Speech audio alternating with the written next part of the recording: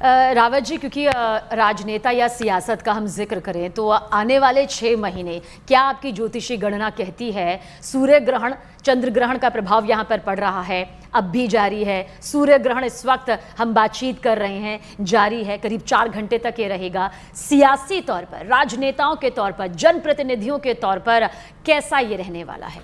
सवीना जी, अभी सूर्य और शनि समसप्तक हैं, यानी जनता और राजा आमने सामने हैं। यानी सूर्य के ऊपर तो ग्रहण है, राजा के ऊपर तो ग्रहण है, लेकिन राजा सीधा सीधा जनता को देख रहा है। जो जनता को बल मिलना चाहिए, यानी सूर्य से शनि को बल मिलता है, तो मैं ये कहूं कि राजा जो सुविधाएं जनता को दे सकता था वहां पर वो ग्रहण में कमी आती है। लेकिन ग्रहण लगने से पहले हमारे देश के अंदर तो सुविधाएं दे दी, यानी इसका बेनिफिट ये मिलता है कि जनता को बेनिफिट देना। तो यहां पर कुछ राशियों को जनता को बेनिफिट मिलना, ये जरूरी नहीं है कि आप बीमार होंगे तो आपके पास कर्जा होगा। तो कई बार ऐसा होता है कि एक राशि के लिए वो बीमारी दे रहा है, जैसे मेष राशि में बीमारी दे रहा है, लेकिन साथ में पैसा दे देगा क्योंकि धन का स्वामी शुक्र है, वो अच्छी जगह पे बैठा हुआ है। तो कई बार ऐसा होता है कि आपको हॉस्पिटलाइज किया हुआ है और उस हॉस्पिटलाइज करने के बाद आप वहाँ आईसीयू में हैं, लेकिन आपके पास अचानक लॉटरी भी निकल रही है। तो ये दोनों चीज़ें होती हैं इसके अंदर, हर चीज को ये नुकसान नहीं करते कोई भी प्लेनेट। तो इस वजह से 12 राशियों के अंदर, जैसे आप बता रहे हैं कि पवन सिन्हा जी ने ये कहा कि कुछ राशियों के लिए अच्छा हो सकता है, कोई भी ग्रहण यानी किसी ना किसी भाव के अंदर परेशानी जरूर करेगा। यानी मुझे नहीं करेगा, मेरे पिता को करेगा, पिता को नहीं करेगा, मदर को करेगा, मदर को नहीं करेगा, पत्नी को करेगा। अभी मान लो कुंभ की बात करते हैं, कुंभ राशि वालों का। अब कुंभ राशि वालों का पत्नी स्थान का जो स्वामी है या पति स्थान का स्वामी है, वो मृत्यु स्थान में ग्रहण पड़ रहा है, वहां पर अष्टम भाव में पड़ रहा है। तो मुझे इफेक्ट नहीं करेगा वो, लेकिन हो सकता है मेरी पत्नी को हॉस्पिटलाइज कर दे। तो ऐसे कोई भी ग्रह 12 जगह पर वो किसी न किसी रिश्तेदार को, गर्भवती महिलाओं को वो कहीं ना कहीं परेशानी पैदा करेगा। अब वृष के अंदर ये बड़ी तकलीफ आएगी वृष राशि वालों के लिए। तो ऐसे ही मदर है, छोटा भाई है, परिवार है, बच्चे हैं, पिता है, ससुर है, सास है, कोई भी रिश्तेदार, बड़ा भाई बहन भी हो सकता है, दादा दादी, नाना नानी भी हो सकते हैं, उनको कहीं ना कहीं इफेक्ट तो जरूर करेगा। आपको ना करे लेकिन दूसरे को तो जरूर करेगा।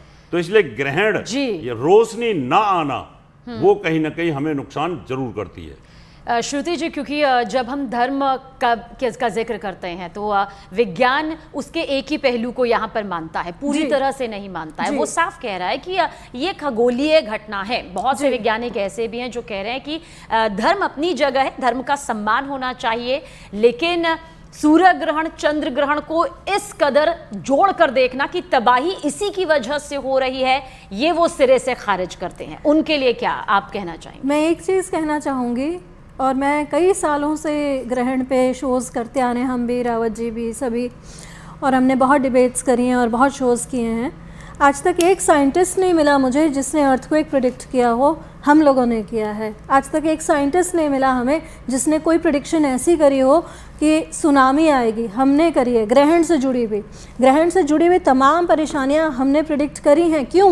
क्योंकि आर्यभट्ट ने जो ज़ीरो इन्वेंट किया था, उन्होंने ही एस्ट्रोनॉमी पे भी किताब लिखी, उन्होंने ही एस्ट्रोलॉजी पे भी किताब लिखी। तो ग्रहण के प्रेडिक्शंस आर्यभट्ट के टाइम के थे, जब ये वैज्ञानिक थे भी नहीं, जब हम भी नहीं थे, लेकिन हम उस नॉलेज को कैरी फॉरवर्ड करके हम इंसान की बेहतरी के लिए करते हैं, उसकी भलाई के लिए करते हैं। हम ये खंडित नहीं करते हैं कि वैज्ञानिक सही है या गलत है, हमें उससे लेना देना ही नहीं है। हमारे जो पूर्वज कह गए, भारत जो है वो एक धर्म भूमि है। धर्म भूमि को माननीय प्रधानमंत्री ने भी ये माना है, और इसलिए फाइनेंशियल का रिफॉर्म लेकर वो ग्रहण काल के पहले ही आ गए, जो कि मर्क्यूरी के साथ जुड़ा हुआ है, इस ग्रहण के साथ जुड़ा हुआ है। तो सभी मानते हैं इसको, और वैज्ञानिक पीठ पीछे तो अपनी कुंडली दिखवाते ही हैं। रावत जी, क्योंकि कल से नवरात्र की भी शुरुआत है और कहा जाता है कि भक्ति में बहुत शक्ति होती है, तो क्या जिस ग्रहण को इस वक्त आम जनजीवन सह रहे हैं, चाहे वो इसमें विश्वास रखें या फिर ना रखें, और जैसा आपने कहा, जैसा कि श्रुति जी भी कह रही है कि हर राशि पर इसका अपना अपना प्रभाव होता है, किसी पर कम हो सकता है, किसी पर ज़्यादा हो सकता है, लेकिन ग्रहण का प्रभाव हो सकता है, तो क्या माता रानी की जो कल से पूजा अर्चना की शुरुआत होगी, अब ग्रहण खत्म होते ही उसकी शुरुआत होगी, ये कैसा संकेत है? देखिए, कई बार क्या होता है कि कोई भी चीज़ अगर बुरी हुई है तो उसके बाद अच्छा भी ग्रहों का गति आती है। तो हमारे यहाँ पर तो दोनों ऑप्शंस होती हैं, हिंदू धर्म में दोनों का साइंटिफिक आधार होता है। अभी ऋतु परिवर्तन हो रहा है इस समय, और ऋतु परिवर्तन पर ये हमारे शारदीय नवरात्रे चल रहे हैं। तो अभी अगर आप व्रत करते हो, अपने शरीर को मजबूत बना लेते हो, यानी आप भी शरीर को तपस्या में लेके आते हो, तो आने वाले समय में जो सर्दियां पड़ेंगी उनको आप अच्छे से झेल सकते हो। तो हमारे यहाँ 2 नवरात्रे गर्मियों में एक आते हैं और एक अब आते हैं, तो दोनों ऋतु परिवर्तन के साथ इनका बहुत गहरा संबंध होता है। और बीच में जो 2 और आते हैं उनका भी ऋतु परिवर्तन के साथ गहरा संबंध होता है। तो जब कोई भी सूर्य ग्रहण पड़ेगा या चंद्र ग्रहण पड़ेगा तो आपकी बॉडी के ऊपर एनर्जी लेवल डाउन होता है, और जब एनर्जी लेवल डाउन होएगा तो आपके ऑर्गन्स डिस्टर्ब होंगे। निश्चित तौर पर आप या तो फीवर होगा, बुखार होगा, कोई ना कोई तकलीफ होगी, हार्ट अटैक होगा।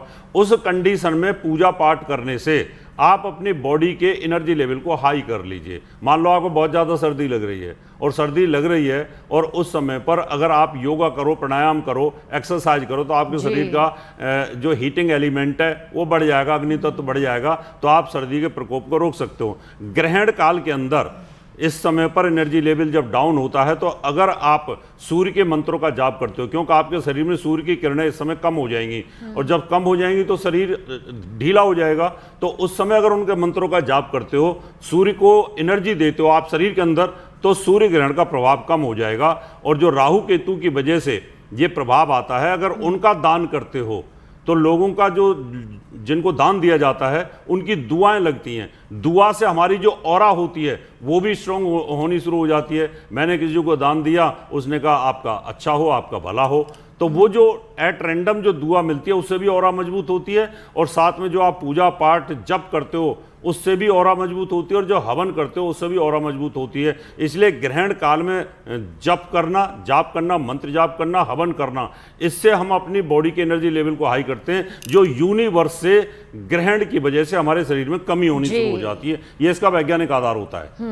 वही जो धर्म और विज्ञान का साथ साथ चलना और इसके दोनों पहलुओं को समझना, शायद यही सबसे बेहतर है। श्रुति जी, क्योंकि बहुत से ऐसे लोग हैं जो कह रहे हैं कि क्योंकि सूतक काल नहीं लगा है इसलिए गर्भवती महिलाओं को ये मानने की जरूरत नहीं है। कुछ कह रहे हैं कि नहीं, सूतक काल नहीं लगा तो भी क्या हुआ, ग्रहण लगा है, सूर्य ग्रहण लगा है, इसलिए इसे माना जाए। तो क्या खासतौर से जो गर्भवती महिलाएं हैं उनके लिए कुछ खास नियम? हाँ बिल्कुल, मैं तो ये कहूँगी कि आपको रिस्क लेनी ही नहीं चाहिए किसी भी मैटर में, चाहे ग्रहण कहीं भी लगा हो। इस टाइम पे ये जो अच्छी बात यह है कि ये ग्रहण काल में रात का समय है, तो आपको खाना नहीं बनाना है, आपको कोई शार्प ऑब्जेक्ट्स यूज़ नहीं करने हैं, चॉपिंग नहीं करनी है, वेजिटेबल चॉपिंग नहीं करनी है, खाना नहीं बनाना है, कोई काम नहीं करना है, कपड़े नहीं सिलने, कुछ नहीं करने। इस टाइम पे बेसिकली करना क्या चाहिए, हमारा जो धर्म कहता है कि कोई अच्छी धार्मिक किताब पढ़ें, गायत्री मंत्र का जप करें, या फिर आप जिन्हें इष्ट मानते हैं उनका जप करें, ध्यान करें। आप बुद्धिज़्म फॉलो करते हैं, आप नम्य हो रहेंगे क्यों करें, जो आपको समझ आ रहा है। लेकिन इसका मतलब यह है क्योंकि बॉडी में जब बेबी रहता है ना, तो वो एमनियोटिक फ्लूइड में रहता है। वो एमनियोटिक फ्लूइड, वाटर क्या करता है, वाटर में इमोशंस कैरी होते हैं।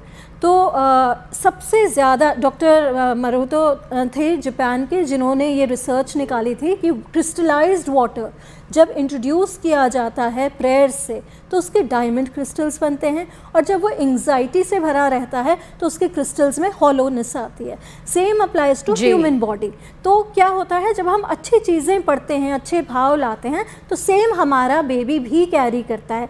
आपको पता है डिप्रेशन का मैक्सिमम रीज़न होता है कि मदर जो है अगर वो डिप्रेसिव टेंडेंसी कैरी करती है तो बच्चे में डिप्रेशन की और एंग्जाइटी की टेंडेंसीज कहीं ज़्यादा आती है, because of the amniotic fluid. वो सारे इमोशंस जो हैं वो ट्रांसफ़र होते हैं। तो जितनी भी बातें हमारे धर्म ने कही हैं वो सारी प्रमाणित हैं, वो सारी वैज्ञानिक आधार पर हैं।